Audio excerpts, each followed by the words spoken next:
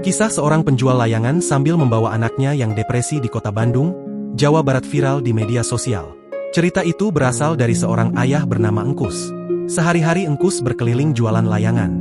Jalan kaki berkilo-kilometer, Engkus hanya mengambil untung 500 perak. Saat berjualan keliling, Engkus sembari menjaga anaknya. Kisah Engkus ini viral setelah diunggah Instagram Sayap Hati, Senin, 9 September 2024. Berjualan layangan berjalan berkilo-kilometer untuk mendapatkan untung 500 perak sambil memegangi anaknya yang depresi.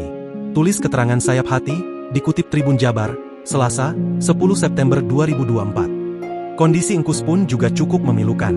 Penuh dengan keterbatasan ekonomi, sampai-sampai baju yang dikenakannya pun juga sudah robek di sejumlah bagian.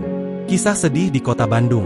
Satu keluarga tinggal di rumah kumuh nyaris ambruk, pakaian pun hanya punya beberapa helai dan itu pun bolong-bolong. Lanjut pengunggah. Dalam video yang diunggah, Engkus terlihat terus menuntun anaknya saat berjualan. Ketika ditanya soal kondisi anaknya, mata Engkus pun berkaca-kaca. Ini lagi sakit, depresi, kata Engkus. Kondisi tempat tinggal Engkus pun juga tak kalah memilukan. Diketahui, ia tinggal dengan istri dan anak semata wayangnya tersebut. Rumahnya menyatu dengan burung-burung yang akan dijual. Kondisi itu semakin terlihat kumuh. Engkus pun menceritakan awal mula anaknya sakit.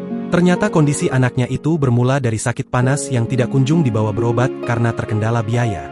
Dulu, anaknya disebut kerap mengamuk, namun kini kondisinya mulai membaik. Karena kehidupan kami yang sulit dia menjadi tertekan, saat anak saya panas sakit gak dibawa ke RS karena gak ada uang, dari situ anak saya step langsung ngigau, dulu suka ngamuk. Namun sekarang sudah bisa sedikit tenang semenjak berobat jalan ke RSJ, katanya.